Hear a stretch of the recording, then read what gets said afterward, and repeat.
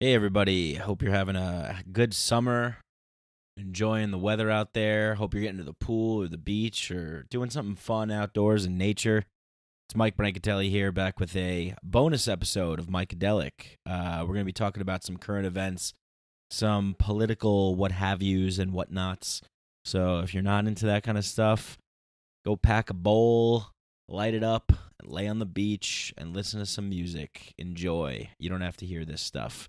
But for those of you who are interested in the media manipulation and mind control agendas of the current paradigm in which we are ruled by oppressive tyrants that wish to control the globe, stick around. I got a few things to say. I've taken, for most of you that know me, know that I used to do a political show called Part of the Problem with stand-up comedian Dave Smith. And, so we used to dive heavy into the current events of the day and the politics of the day that were happening. And I've somewhat detached myself from that. I mean, I've largely detached myself from that, as I've grown to, well, it's more of that I've decided to come to a choice and kind of where I want to focus more of my time and energy towards. And I like focusing on the things that I'm currently doing now, exploring consciousness, psychology, philosophy, psychedelics, healing, spiritual, shamanistic practices, and just all kinds of different big ideas and stuff that aren't really necessarily relegated to the realm of political discourse in the country.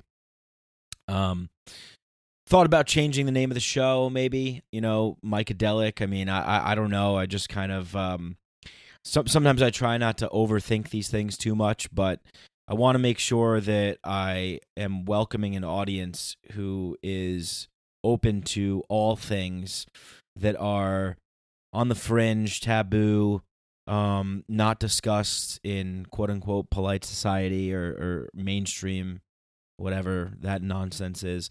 It's like when you step back from this stuff, when you're not swimming in it and concentrating it on it all the time, you really see it with fresh eyes.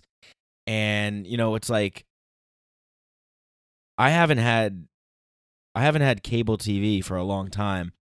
I had a roommate who wanted to get cable TV, and so we ordered it, and it was okay to have on for sports. I guess that was kind of the only thing I watched, sports and maybe an episode or two of Shark Tank. Rick and Morty is probably my favorite show on television, but I was always watching the old episodes online.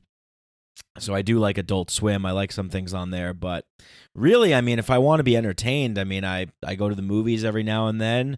I watch few things on Netflix, couple things on HBO. Actually, I just watched American Gods on Stars.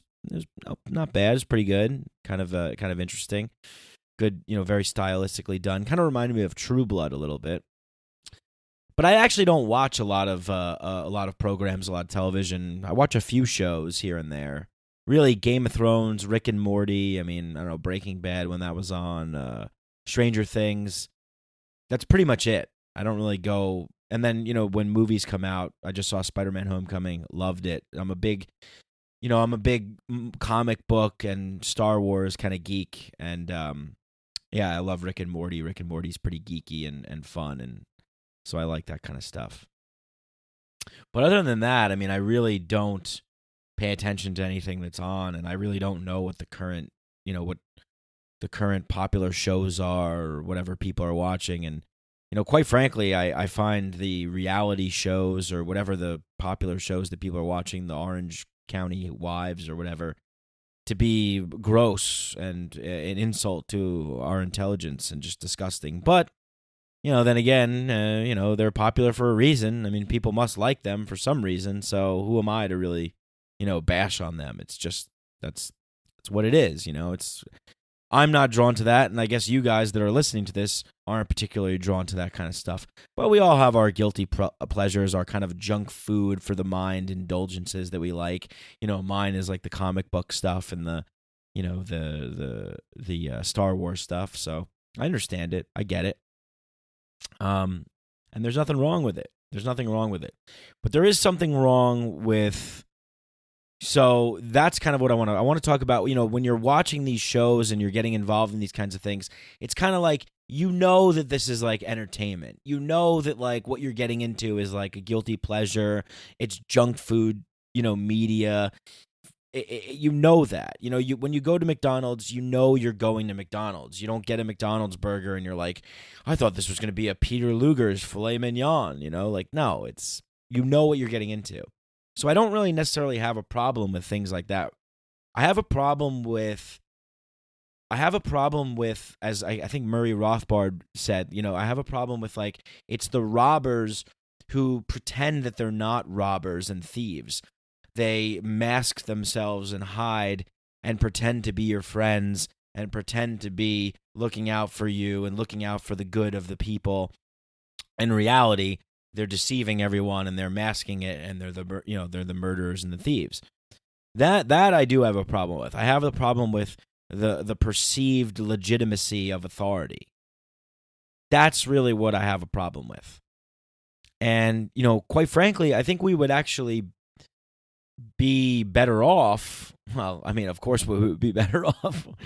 We would be better off knowing who the real enemy was. Duh, Mike. Where are you going with that one? Time for some more coffee. And that's the beauty of their highly advanced manipulation and propaganda tactics. I mean, it's so sophisticated. And it really takes a lot to chip away at the paint that has been layered on decade after decade, year after year, and so on. Every time I turn on the mainstream television, whether it's news or whether it's like, I don't know, like the Steve Harvey show or whatever, it's like I immediately feel like I'm in an episode of Black Mirror. That's another good show, actually, on Netflix, Black Mirror. It's like a modern-day Twilight Zone. I immediately feel like I'm in this weird kind of like idiocracy world. And I think that's, I don't know, I mean, it probably has something to do with like the deconditioning that I've done with with educating myself in the reading and things that I've done, the experiences that I've had in traveling and whatnot, and business and working and just being perceptive and observant, and also with the use of consuming psychedelic substances that affect that take away barriers, as as Terence McKenna so beautifully says in the beginning intro of this show. Psychedelics are illegal because they decondition you from the conditioning, the programming that you've received from the culture, from the society.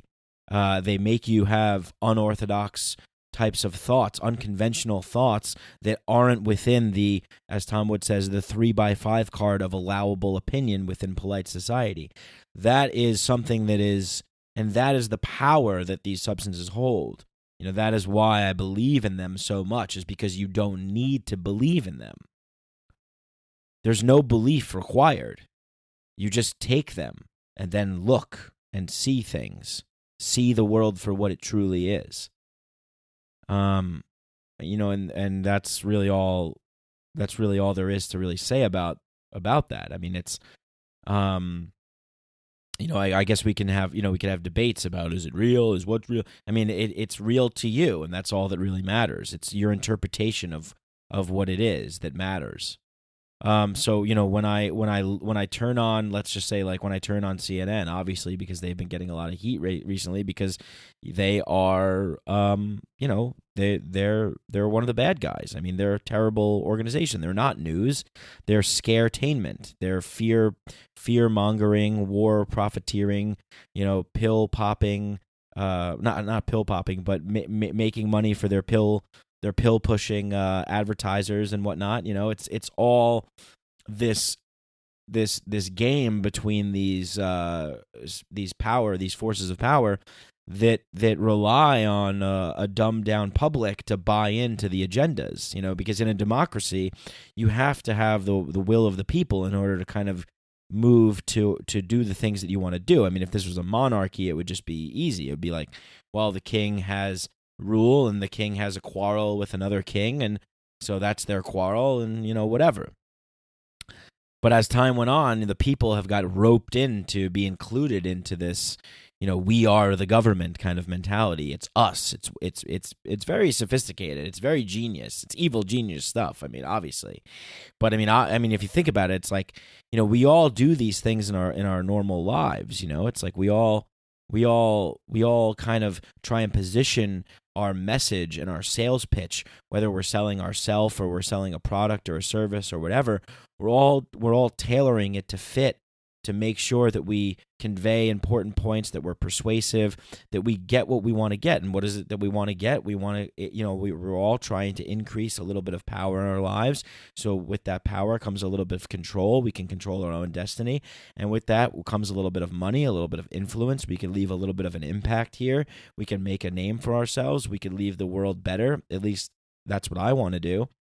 But I guess there's people out there that maybe have that vision, but it doesn't really work for the majority of us. It works for a select few of people, and that's sort of the way that things go down. But it's like when I turn on these shows and you see, like, Putin and Russia, Trump is, and I read these articles put out by Vox and like these just terrible, awful quote unquote news organizations, like, can you believe Donald Trump isn't listening to, the people that he appoints? He appointed Nikki Haley, and she says that we can't trust Russia. I mean, unbelievable. Trump is just unbelievable. He'd rather trust Putin than trust his own intelligence community. Well, I think if you know some facts and if you know a little bit about history and you listen to the things that Putin says and you know about history, you know what has happened, I think, you come to the conclusion that, well, yeah, there's a lot going on here. There's a lot going on here. And the genius of the media, the deceptive tactic of the media is really working on a lot of people in this country. And, it's like all they really have to do is just create a story, put it out there, repeat, repeat, repeat, repeat, and repeat. And it just slips into the public unconscious. So the average Joe, as soon as he hears Russia, there's an automatic word association that just triggers enemy. Oh, they must be enemy. Oh, Putin's a killer. KGB. I thought one of the best moments of all of last year's election was when Trump was being interviewed by Bill O'Reilly, and Bill O'Reilly was saying, oh, come on, Putin's a killer. And Trump said, so what? You think we're so innocent? America's got killers. I thought that was the most honest answer that anyone, for all of Trump's faults and for all of his follies and for all of him being just a silly buffoon and a snake oil salesman or whatever, for him saying that was a moment of truth. Because we do. Why is it okay if we do it? And if Russia does it, it's not okay. It's like, this is what we've been doing. This has been America's foreign policy, is basically invade, occupy, threaten, and control areas around the globe, install military bases, form alliances with smaller countries, have them join NATO, and create encircle countries. I mean, there's this great meme. I'll probably use it as the cover art for this. It says, Russia wants war. Look at how close they've put their country to our military bases. And it shows you all the bases set up, all the anti-ballistic missiles and all the, military bases and missile setups that are circling around Russia. And then there's another one that has the same thing with Iran. But I mean, this is what it is. I mean, the play here is a power play. I mean, United States, the goal of the United States is global hegemony. I mean, that's what it is. I mean, that's what it's always been. That's what the allure of power brings. Sure, there's money and there's, that sort of stuff. I mean, oil, resource. I mean, but it's all tied to the same thing. It's all tied to superiority. For all the people that are screaming, superiority and white supremacy and all that kind of stuff. No. It's not about white supremacy. It's about American supremacy, like Western supremacy. There's a certain ideology, and if you look at the people that we have alliances with, they all seem to fall in line with that ideology. Israel, Saudi Arabia, United States, the NATO coalition and Europe and others. And everybody seems to kind of fall in line. And that's, except for Russia. Russia's like, no, we're not gonna kowtow to you. We're not gonna be cowards and lay down to the bullies of the world. And if we can't admit that we're the bullies of the world, then, what good are we? That's just ignorance. And I'm not saying that that America's evil or that we're bad or that we do bad things, because I love this country. I love the people in this country, and I love the things that we're supposed to stand for. And that's why I feel passionately, I guess, about talking about this kind of stuff. Because it's like you gotta recognize that, like, this is what we do. We go around the world and we intimidate people. And we intimidate and we threaten and we impose our will. And when people don't conform, we demonize them, we make them the enemy, we dehumanize them, and we rely on, patriotism and tradition over here to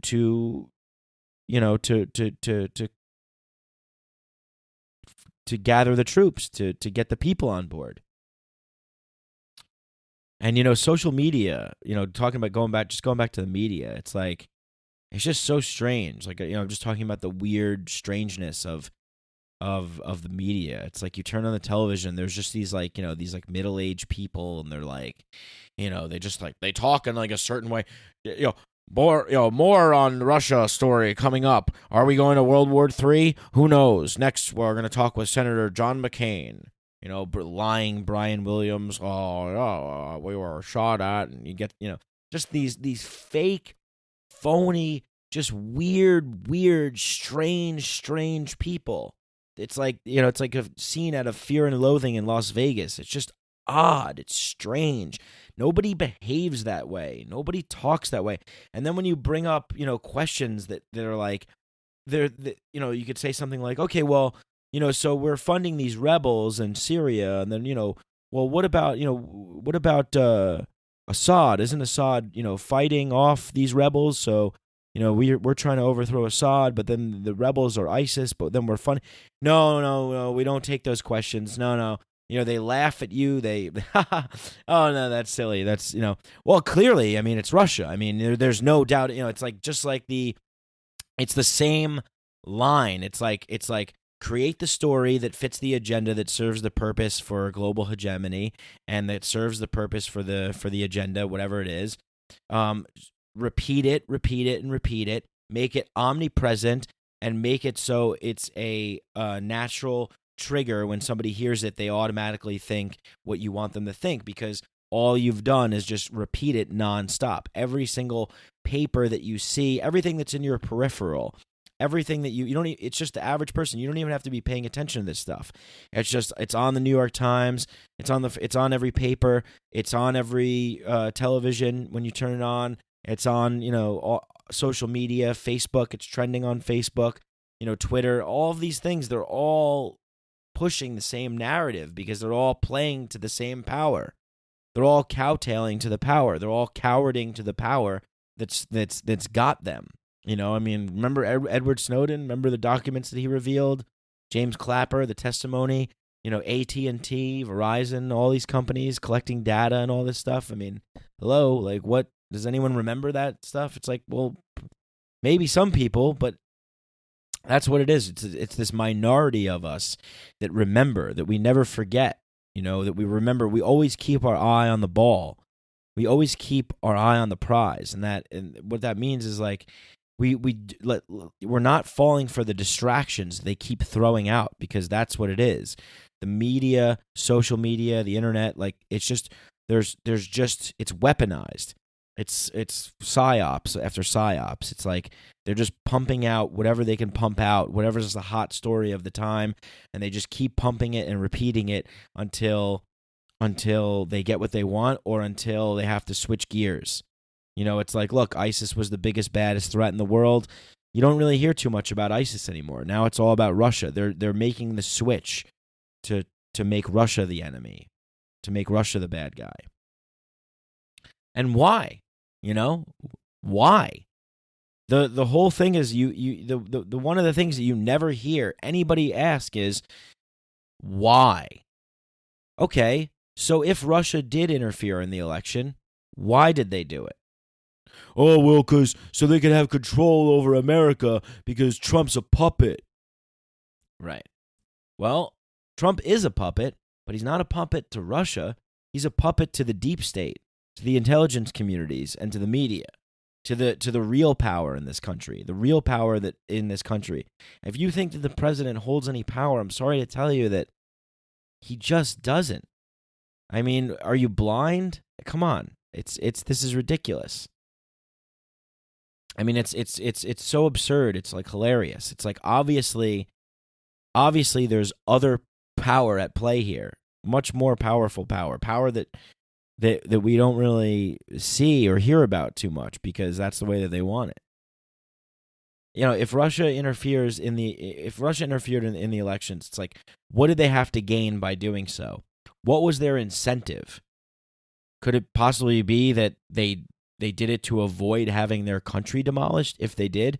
Remember, do you remember the way that Hillary spoke about Russia in the debates? She was aggressive the whole way through, saying that Russia was, she's like, if Russia flies planes over Syria, we'll shoot them down, no-fly zone over Syria, all this stuff. When the Syrian government invited Russia in to help them, we weren't invited there. We just went there. We invaded there, and we started arming rebels that are ISIS. Like, what? I don't understand how people don't know this. Just do a little research, and you'll find out. I mean, it's pretty simple, and it's not just about like what's happening. You don't necessarily need to know like the logistics of what is happening in this current time, because it's the same narrative over and over again. If you just look back in history, if you've been alive and you've been aware enough to pay attention, you understand that it's the same narrative, it's the same lines that are being fed. Like Donald Rumsfeld, everybody and their mother knows, and every country with a decent intelligence apparatus knows that Iraq has weapons of mass destruction. I mean, duh.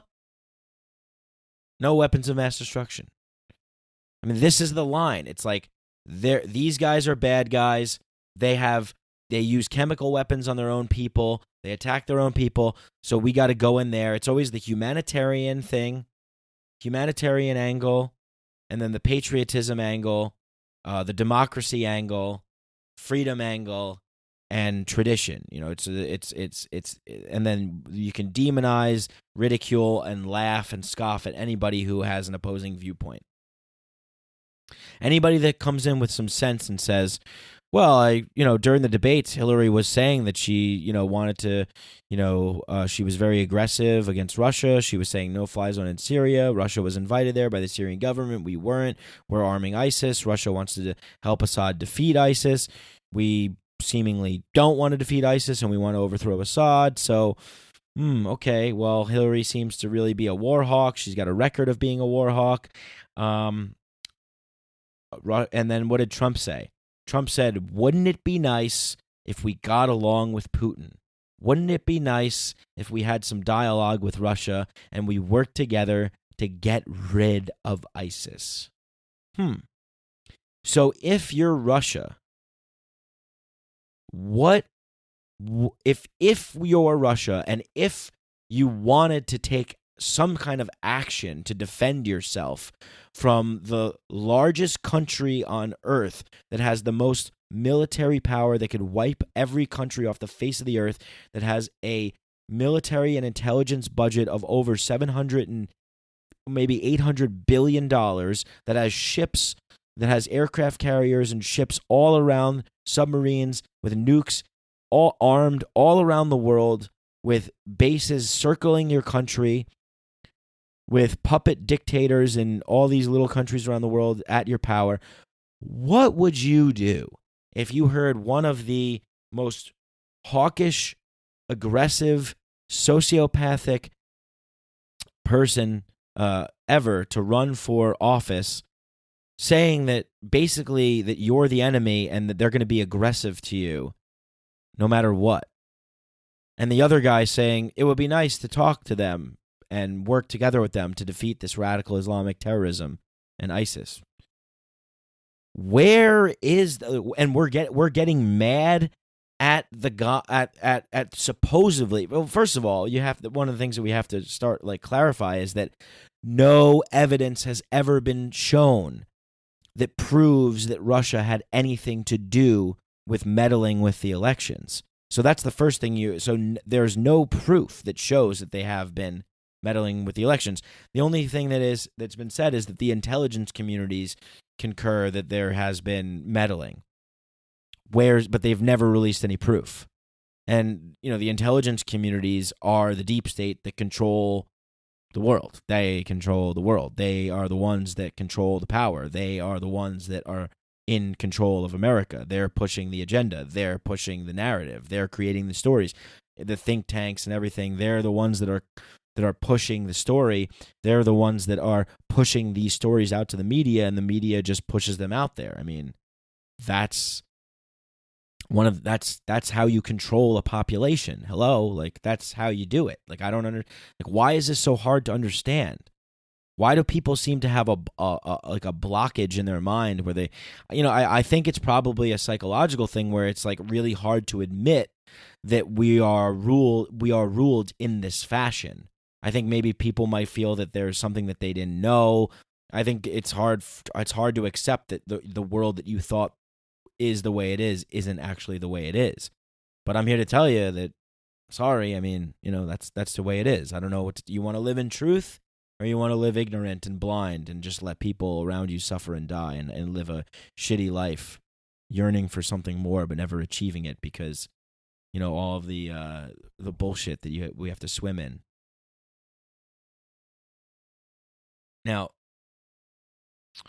so Trump said, wouldn't it be nice if we got along with Russia? Wouldn't it be nice if we talked with them? Wouldn't it be nice if we worked together with them and joined forces with them to fight off ISIS? Sure, he said that during the election, right? Because he had no idea what he was dealing with.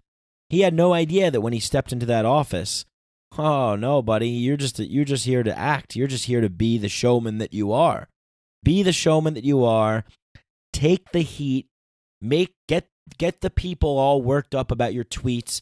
Be the I mean, Trump is a beautiful distraction for the real power in the world to get away with what they want to get away with, because they're getting away with it.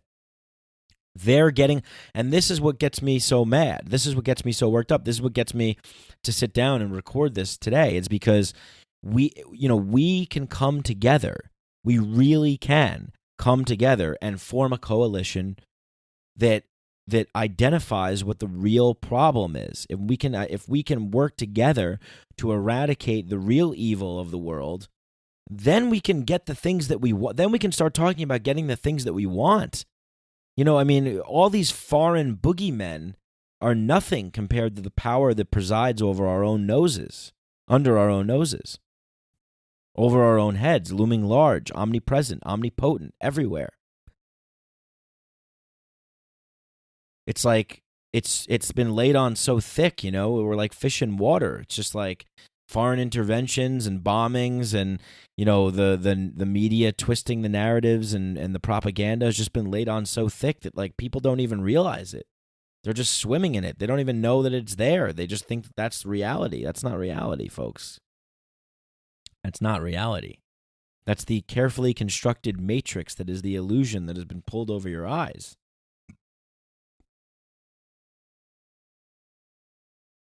It's hard to talk about this kind of stuff without sounding like some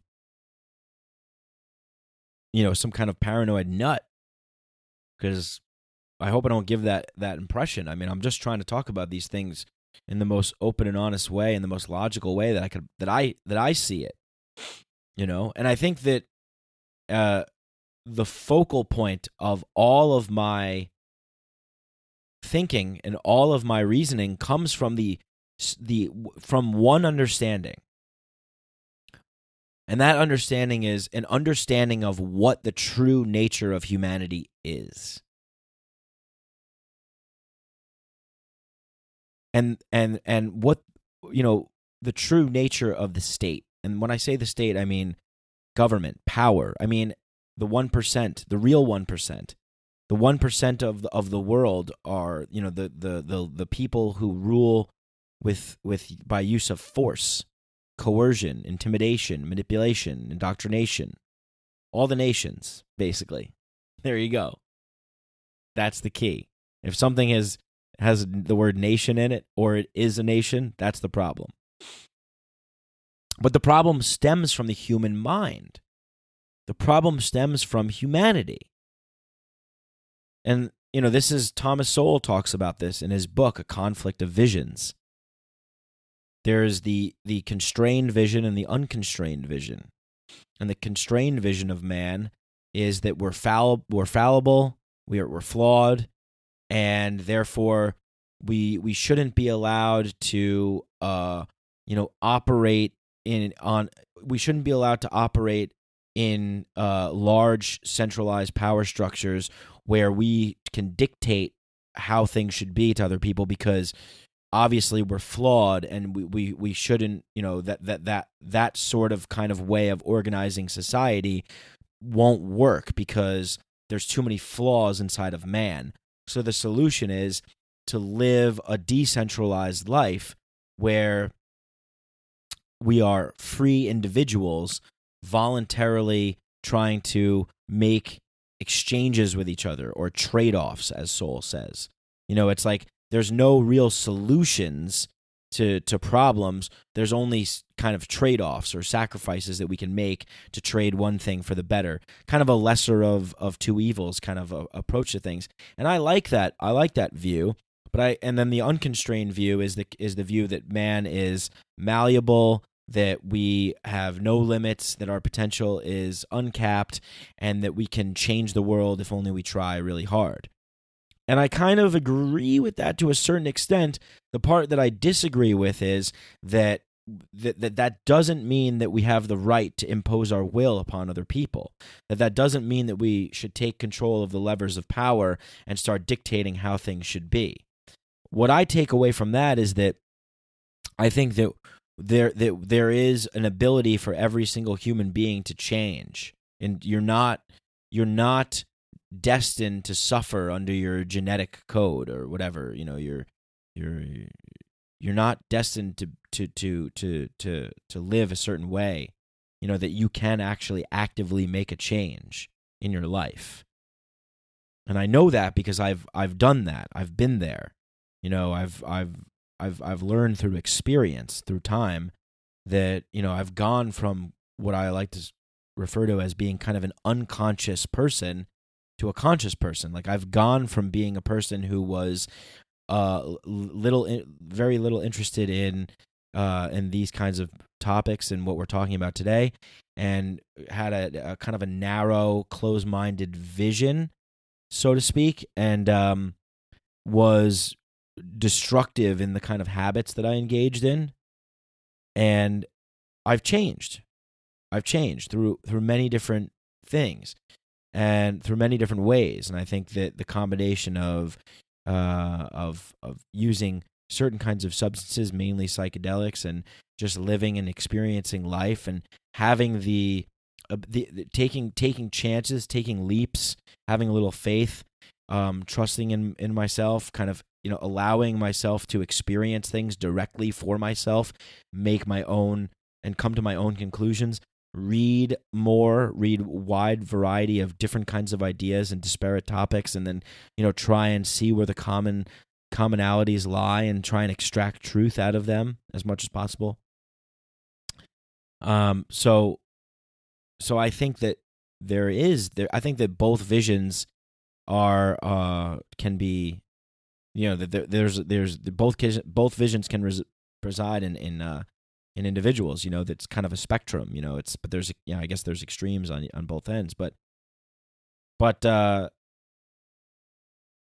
that is the true nature of the problem, is understanding that not everybody sees the world the same way, and that naturally, as we go about our lives, that we are self-interested creatures that are motivated by, gaining more comfort and security, and having the ability to take care of people that we care about and those sorts of things. So, if you magnify that to a scale that has the kind of unlimited power that you wouldn't want an individual to possess, but yet is somewhat okay for this like weird sort of organism, this kind of weird like hybrid of a group of individuals to inhabit, which is a concentrated central power structure, that all of a sudden now it becomes okay. That what I mentioned in the beginning of the show, that perceived legitimizing of that group of authority figures that we call the government, or that we call other sorts of things, is what the problem is. It's that it's constantly thinking that we can get things under control if only we have designed a system that can control it. The problem is twofold. The problem is thinking that we can design something greater than ourselves that can control ourselves. And then the other problem is thinking that having the kind of ego and hubris to think that we are the beings that can inhabit this system and guide it, to steer it to where we want it to be, to do the things that we want to do. If only we had the right people in there. If only I was in the government, I would make the right choices. I would do the right things. That sort of way of thinking. Well, no, and I think that, and Jordan Peterson says this, which is great. He says, if you're the kind of person that thinks that, then you're the kind of person who shouldn't be allowed to do that. You're the kind of person that is exactly the problem. And I agree. So it's knowing that limitation, knowing the flaws of man, that really is what we need to start to recognize. And once you recognize that, we have such a tendency to just think of government as a foregone conclusion. Like it's just this thing that's there. Like if you're arguing with someone and you're talking about these issues, there's never a stop. There's rarely a stop in the conversation where we say, well, let's just think about, what this thing called government actually is. A lot of people have a tendency to just think, well, it's inevitable. It's an inevitable thing. It's just a foregone conclusion. Like it's just, well, it's there, so let's just not even worry about, why it's there, what it stands for, what it means, or why we believe in it. Let's not get into all that. Let's just talk about the problems on top. But if you keep talking about the problems on top of that, you're never actually going to solve the real problem, because like Einstein says, right, the famous quote of you can't solve a problem that was created with the same mind. You can't solve a problem created by this that was created by the same mind that started it. You can't solve a problem that has been, like, it's just, I'm trying to think of a good example. It's like if you built a tree house on a tree where the roots are coming out of the tree and the tree is like, kind of breaking down from the foundation and wobbling, but the tree house up top is like, there's like boards and nails and there's things sticking out and there's like, the window's shattered. It's like, all right, let's try and repair this tree house on top. We got to get the nails right. We got to get the boards right. It's like, no. The roots of the tree are coming out of the ground, and the tree is falling apart. The bark is falling out of the tree. There's all kinds of things happening. We got to deal with that. Forget about fixing the tree house that sits in the tree. Let's address the foundational systemic problems that are going on here. But no.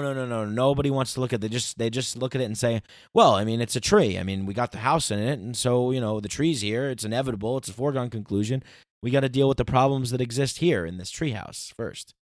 Well, we do that, we're going to fall, and we're going to, the tree's going to buckle, and we're going to wonder what the hell happened. And so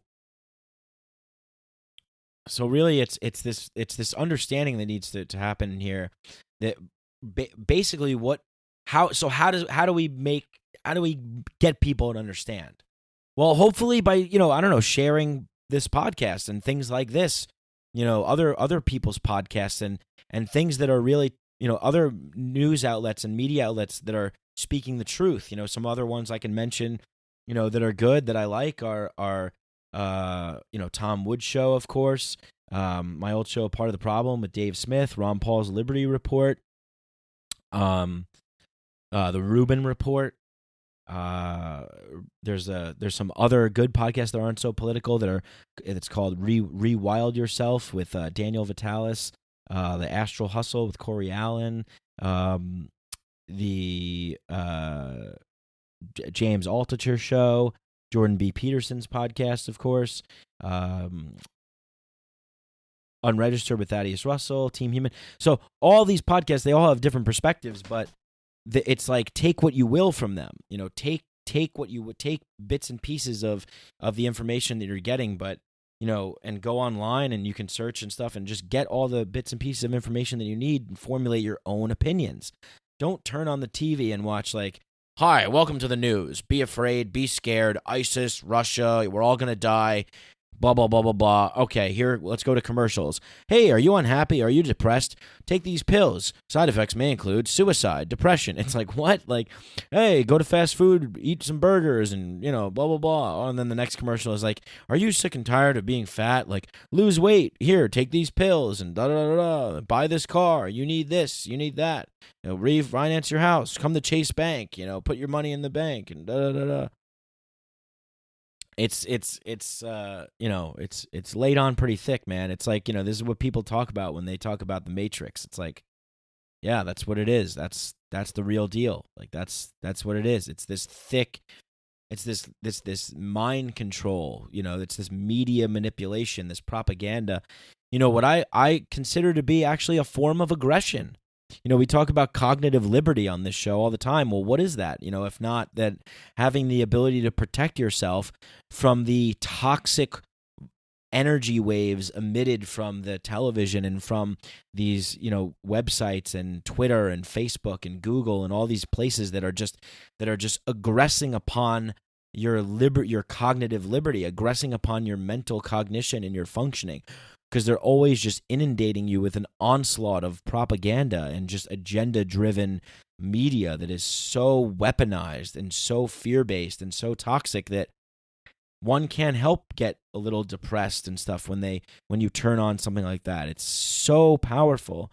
The mind, is everything. This is everything we have. Everything we have is coming out of my mouth right now. It's, Jordan Peterson talks about, like, how do you make the world a better place? And it's like, you take what you take what you've learned, you take what you know, and you speak truth into the world. You manifest wisdom into the world by speaking truth into the world. You push the truth into the world. And that's all we can do. All we can do, me and you, all we can do is spread, spread, spread. So if you're listening to this right now, start a podcast, start a blog, start a YouTube series, start something, get inspired. You can do it. You know what I mean? It's like, I was inspired. I was inspired by people that told me the same thing. I didn't think that I didn't know what to do. I didn't know if what I had, I still don't know, but I'm out here and I'm doing it. I'm doing the best I can to push the truth that I know into the world, to try and decrease suffering, make the world a better place, improve my life, make myself a better person, be kind and gentle and caring to people that deserve it, and love and find love and be loved, and just live a happy, the most happy and most peaceful life that I possibly can, and enjoy and seeing the beauty in the world. You watch these shows and you pay attention to this media, this toxic media. And when I talk about the media, I'm talking about the mainstream media, but I'm also talking about social media as well, because I feel like they've fallen, they're in the same category as well. Zuckerberg and those people, they're all agenda-driven, people with the same kind of interest that, the mainstream media has. and of course influenced by the intelligence communities and state power and all that. So speak truth into the world, and it's like when you're exposed to all this kinds of media, it's like it can really warp your mind and make you paranoid and think that we live in this terrible, awful place where that there's all these terrible things going on. But in reality, it's like, look, this has nothing to do with you. We are not the government. The government is not us. We are not the 1%. The 1% is not us. It's that this is what they want you to buy into it, because they need you to buy into it, because we live in a quote-unquote democracy. That we live in a place where we have the illusion of free will, the illusion that we're free. And it's scary to hear that. It's scary to know that.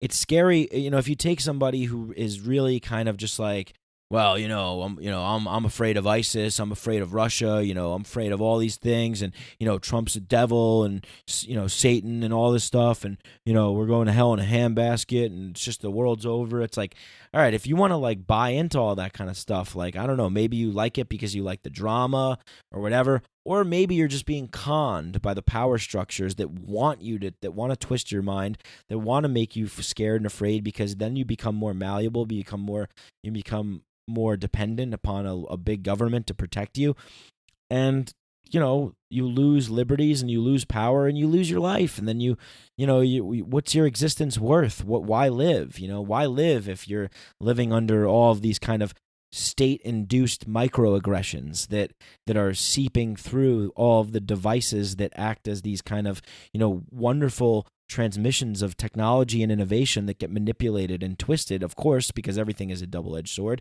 Everything can be used for good or evil. Everything is up to you to choose to how you interpret it, is really what it is. And it's sad, because it's like we really got to get to the youth before they start poisoning their minds and indoctrinating them into believing into this into this world, into this way of thinking. Because if you don't realize that you have a choice, then you're screwed. If you just think that this is the way that it is, then you've already been gotten. You've already been taken. They've already gotten you. That's the vampirical, parasitical nature of the state. It's like, we got these dumb people fooled.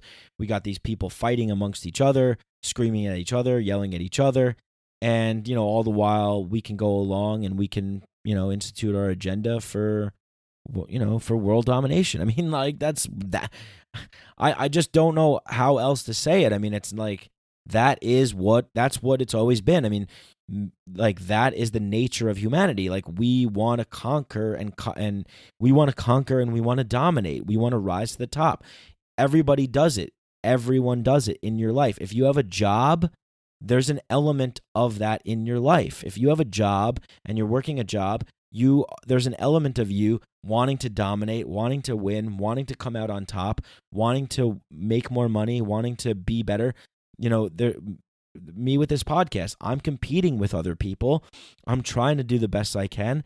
And there's an element of me wanting to rise to the top, be the best, and all that kind of stuff. That's just naturally how we are as human beings.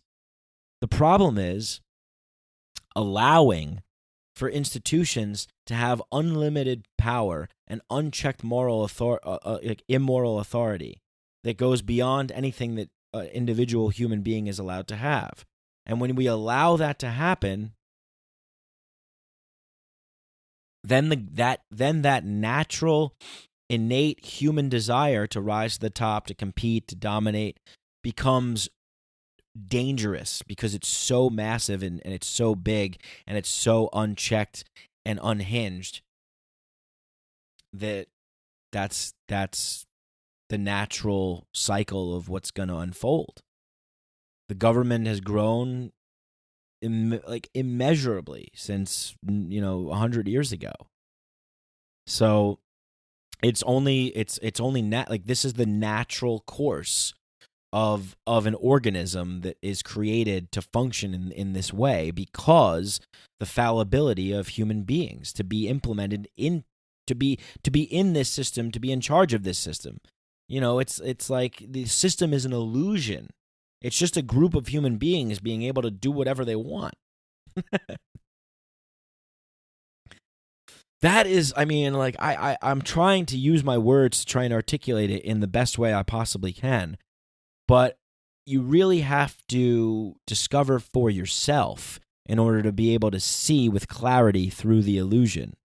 You know, I can't tell you. You have to be able to see for yourself with your own eyes, past the labels, past the terms, past the institutions, the structures, the systems, past all of it to the raw primordial nakedness of the truth of what it really is. We are all just a bunch of human beings, hopefully. You know, this is under the assumption that we're all human beings on this planet, okay? Clause there. We're all human beings.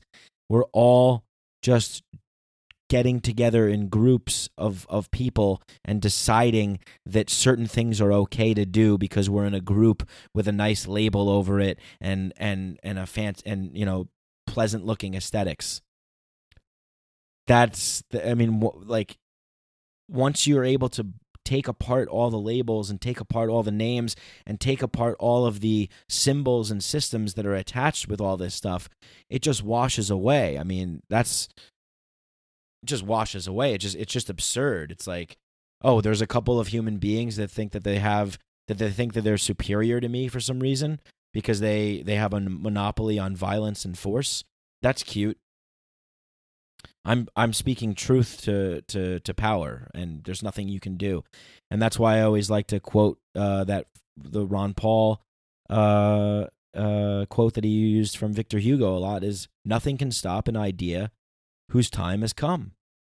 And, you know, I think that the time has come for, you know, individual freedom and liberty for all human beings on the planet. There's no reason for people to be oppressed and subjugated and ruled over and told what to do, told what they can put into their body and whatnot, you know, manipulated by these massive institutions and whatnot. It's like, it's, you know, the tide is going to turn. It will happen in due time.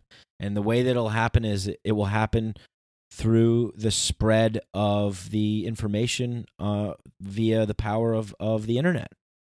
And, you know, I personally think that, you know, with the power of the spread of information and truth through the internet, mixed with the renaissance that's currently happening right now with psychedelic research, more and more people are really waking up. And, you know, when you have the power, when you have that power on your side of knowing the truth, you don't need to really, like, you don't need to scream people down, force things down their throat and tell people how it is. And you don't need to get baited into you know, false premise arguments and diversionary topics and tactics and stuff like that. You just know once you have one simple understanding that you know what the true nature of reality is, then you see through all the games. You just see through them all.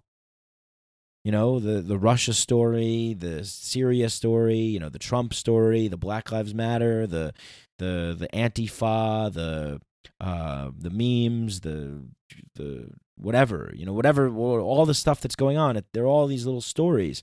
But the truth is, power grows right under our nose. Power manipulates us. Power controls us, even if we don't realize it. It's scary to admit it. It's scary to realize it. The truth hurts. It's painful. But it's better than being a sheep. You know, it's better than being a sheep. It's better than being it's better than being a neutered, domesticated dog. You know, I'd rather live and die as a free human being than live as a domesticated animal. You know, I guess maybe some people listening or whatever would say, like, all right, like, what's really so bad? I mean, you know, in reality, I mean, it's not really that bad. I mean, I live a pretty good life. I mean, I'm so blessed to be who I am and born in the first world country and have all the things that I have, the ability to do this podcast. And, you know, I mean, just, of course, grateful and blessed, but let's not ignore what's going on with things that are somewhat out of our control. there's no way that I could just take control and kind of change directions. But the thing is that together we can, with the spread of the information, with more people being aware of what's happening, with more people knowing what's happening, that's how things change, because then the consciousness shifts. When the collective consciousness shifts, then because that's always happening. As time goes on, it's like there's these little bubbles of collective consciousness, right? It's like the paradigm of thought of the current zeitgeist. It's like the what is going on in that current period of time. Well, whatever was happening, let's say 100 years ago, around like the dawn of the new century, 1900s or whatever, there were limits to truth in that era due to the current constraints of the collective consciousness of the people. And where does that come from? Well, it comes from the individual consciousness. The individual consciousness, the individual attitudes of the people form the collective consciousness of the time, and that then imposes the limits to truth of that era. And that's why you don't just have people sitting around going like, I'm going to invent an iPhone. Yeah, I should in 1900. You can't have that leap. You need to go through the passage of time of innovation. The human history is like a baton race, like a relay race. It's like we're constantly standing on the shoulders of the people that come before us. And that's where the true innovation and evolution comes from. That's the vision of man, of the constrained and unconstrained vision, can be evolved. It can be evolved to incorporate both of those visions to a larger majority of people, to limit the extremes and to come to more of a general consensus of what reality is, of what a more true version of reality is. So we are constantly evolving in this relay race of human history, building upon what has come before us, acting on the innovations and information that has come before us, and forming something better to increase to increase truth, to increase wisdom, and to deepen ourselves into a truer version of reality. So if you can control the levers of power in order to direct the version of truth that best suits your interests and your agendas, well then, that's pretty cool. That's power, man. That's power.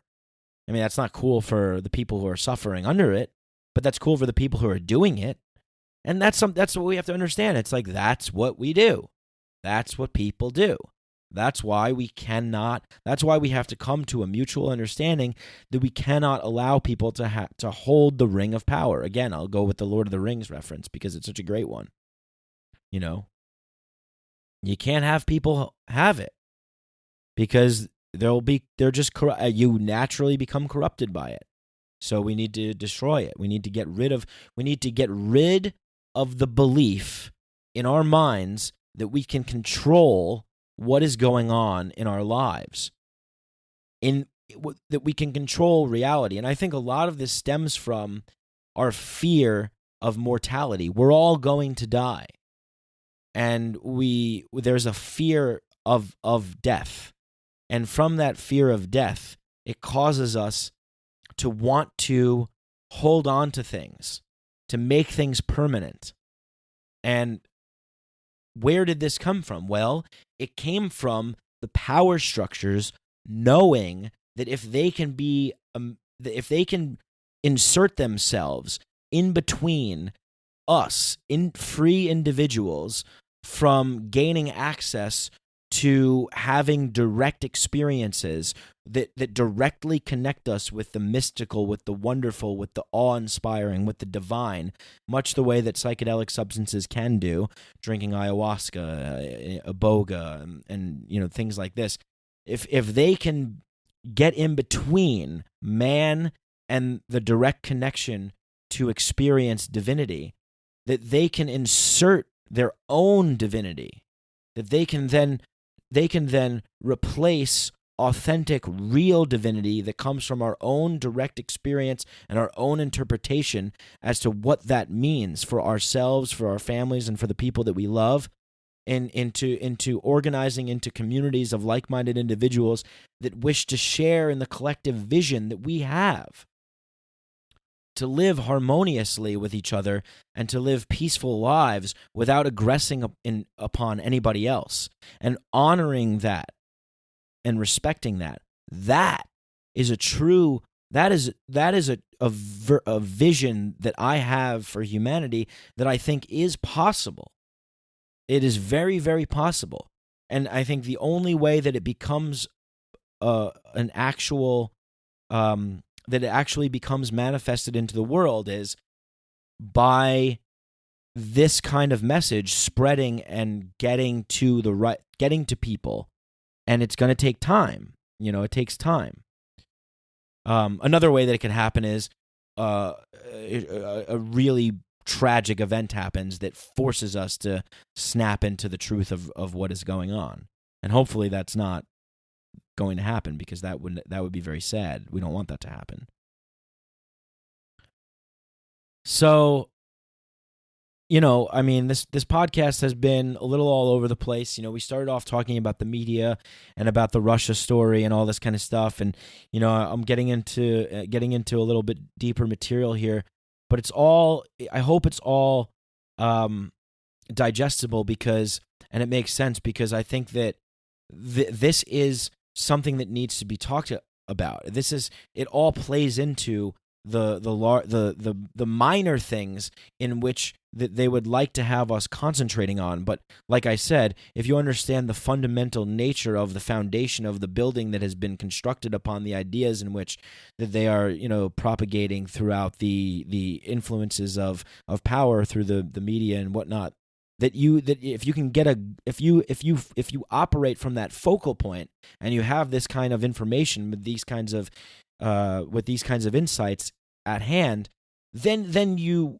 see the pattern, you see through it of what's happening, right? So just to go back to the kind of fear mongering and saber rattling of what's going on, when I was talking about the Russia and Trump and all this kind of stuff, people are getting so worked up about this kind of thing, and and then we never get to insert our dialogue into the conversation. We never get to have the real deep, meaningful conversation. This kind of talk that you're hearing now, this kind of dialogue or diatribe, more like this kind of conversation, never gets inserted into the mass public consciousness. They would never have somebody like me on CNN to say anything like this. This is looked at as insane to them. And what I'm trying to say to you is they're the ones that are insane. If I were to bring up any of the things that I brought up in a CNN appearance with like Wolf Blitzer or something like that, they get these weird zombified robotic, that's, that clearly is not the case. Right, of course. Well, everybody knows that Russia hacked the elections. Really? Does everybody know? Or does everybody know that because that's the story that you've concocted and that you've perpetuated, and through a series of repetitive conditioning that everybody is now programmed to be triggered to just believe that? You hear Russia, you think, oh, enemy hacked elections. Okay. Right. So you get how this works. And if you don't know, read the book Propaganda by Edward Bernays. And, of course, and there's all, not Hitler was influenced by him, and he used there's all the symbols and the propaganda that Hitler used was involved in that. So, there's a long history here of using these kinds of psychological tactics and weaponizing cognitive transmission, aggressing upon your cognitive functions by weaponizing what gets transmitted into your mental mindscape. So So when I look at this and when I see this kind of stuff happening, it's like it saddens me in a way, because I really wish that more people would wake up to the truth and to really realize what's going on. But of course, it's really, really hard to do that. It's really hard to educate people into looking at, history and looking at the facts and looking at what shows. So I guess, just to go over a few things, it's like, well, I think I brought this up before, but it's knowing that if you listen to what Putin says, and if you listen to what Assad says, and if you look at what we do in the region and what we've been doing in the region for years and decades, it's understandable why they would oppose any kind of anything that that's coming out of the United States intelligence and the United States media, is because they're trying to protect, I guess, their power, and I'm not necessarily saying that that's a good thing. Obviously, Putin's a bad guy, Assad's a bad guy, because they're politicians. They're bad guys. They're probably not so great to their people. They have restrictive laws. It's probably not so good. It sucks. But in terms of foreign policy, that's what I care about. I care about being a part of a country that acts like a bully. That goes around the world and just proclaims that they're the saviors, and that they're the ones that are it's us that should be imposing our will upon people, and that we should be doing things according to the way that we want them to be done. And I just don't think that that's correct. I think the correct way to live is live and let live. Let people live their lives the way that they want to live their lives.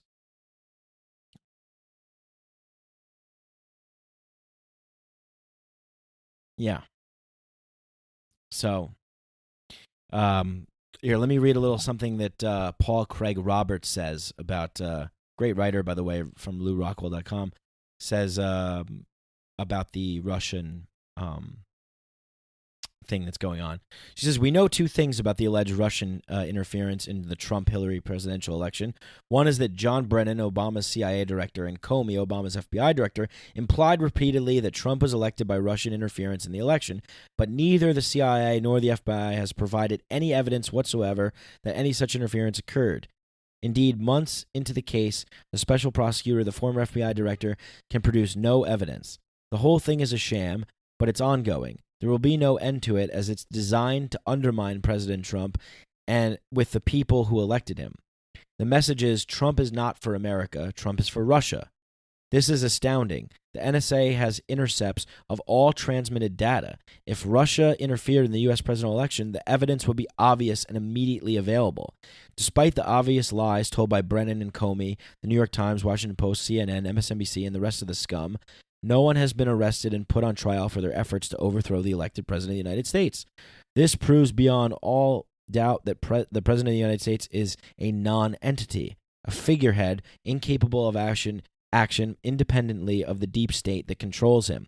Judge Andrew Napolitano also said on Fox and Friends that the United States intelligence agents were responsible for leaking documents to WikiLeaks during the election, not the Russian government. And so you can hear this stuff and you can say, oh no, Russia's the enemy. They hacked the elections. They interfered in our when a foreign government interferes with another government's elections, then that's wrong. Okay, sure, but here's a couple points to that. The United States and its 16 plus different intelligence agencies, specifically the CIA, have been meddling in foreign elections for forever. We have been overthrowing and toppling dictators, installing puppet regimes, backing rebel groups, training and arming people that have later become terrorists that have taken their hatred out back on us. A term that the CIA calls blowback, of course. And yet we just keep pushing on, and we keep going on, and we keep trying to do the same thing and say the same things. And so there's that. And then there's also the, you know, the meddling in foreign elections and this stuff. Okay, so like I said before, when one of the candidates is clearly saying that Russia is a threat and they want to attack Russia, and the other candidate is saying, wouldn't it be nice if we talk with them and we worked with them and we work together to fight ISIS and destroy them and eradicate them?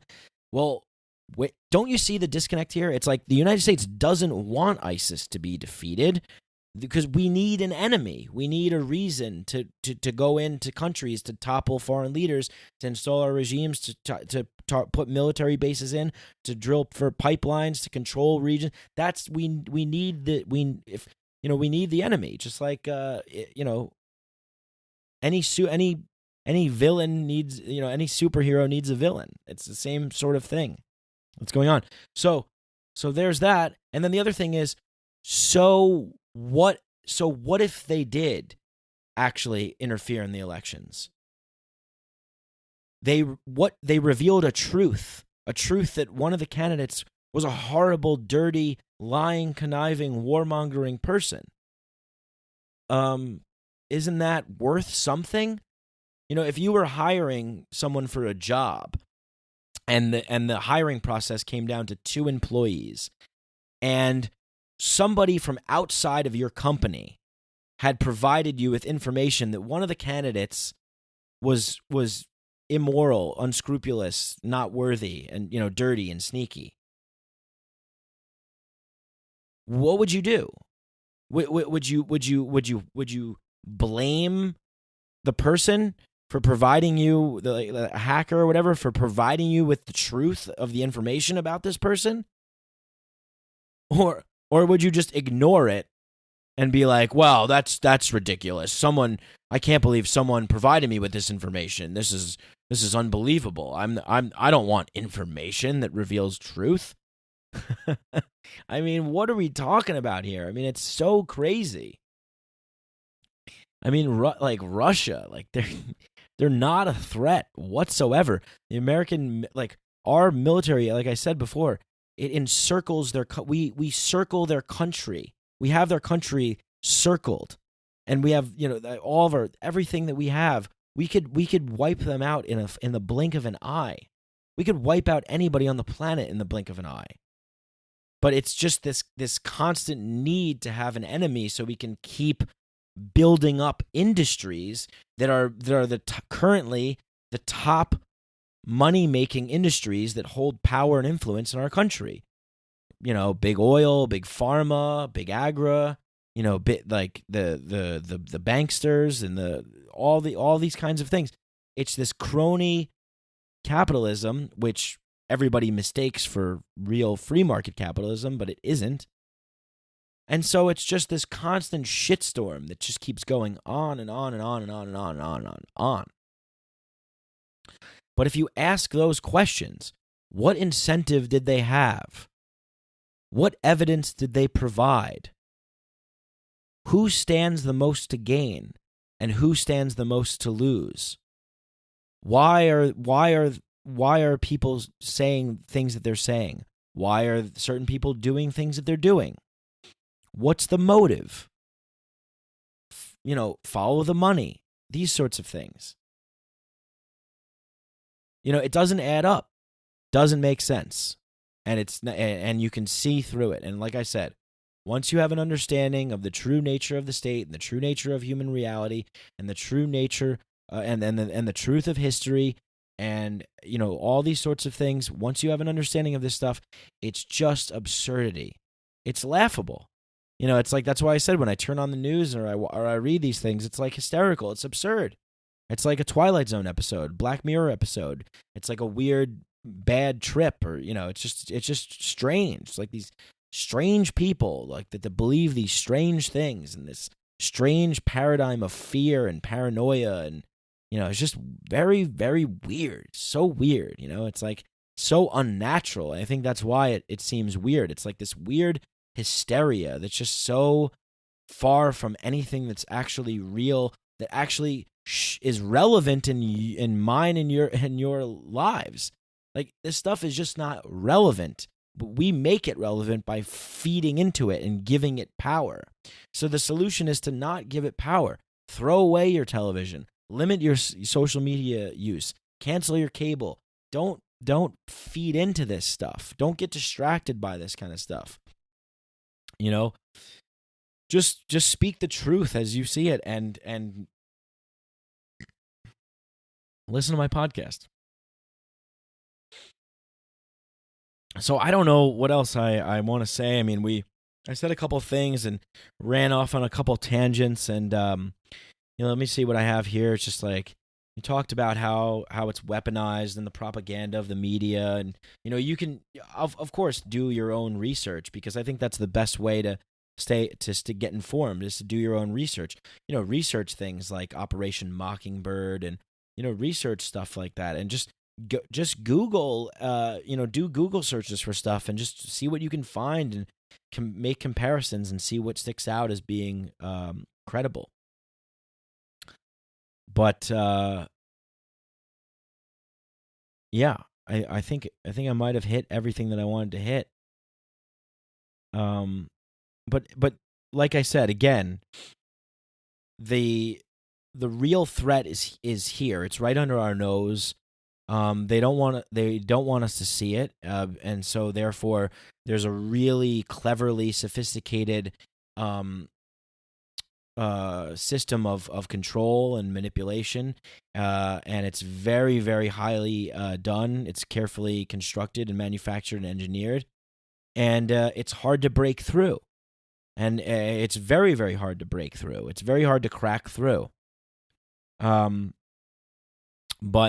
like I said, once you have the understanding that that these people are not looking out for us, that they don't care, that they don't serve us, they don't care about the interests of the individual, they don't care about what increases peace, love, happiness, health, and prosperity in our lives, but they are a dominating force that seeks to control and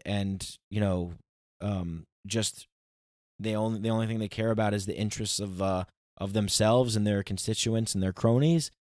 That once you have that understanding, then you realize that that all the other stuff that they're feeding you is just nonsense, complete nonsense, and it makes it very dangerous. It makes it very dangerous. I mean, it's really interesting. I mean, in terms of libertarian thought, there's the non-aggression principle, and the non-aggression principle states that that it's the true moral right for every human being is that no human being has the right to initiate aggression upon another human being. The only time that you are allowed to, or that it's morally right to act out in a form of violence is in direct self-defense. If you're defending yourself from someone who is initiating aggression upon you.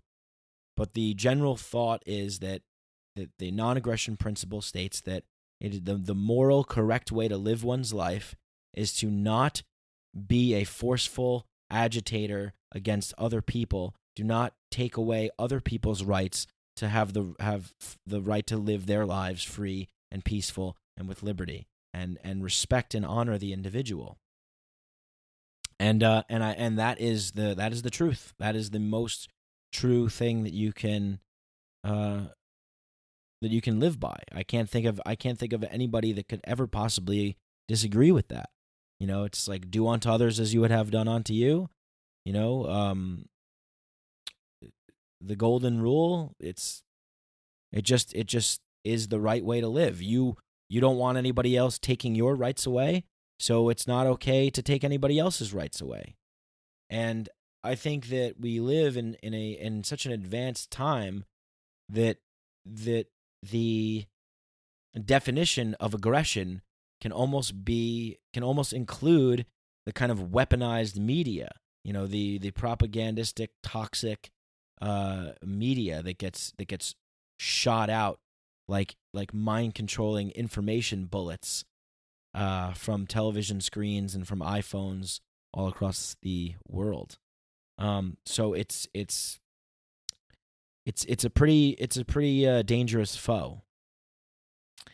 And I think combined with the state, with everything, that it's a difficult battle to win, but it's the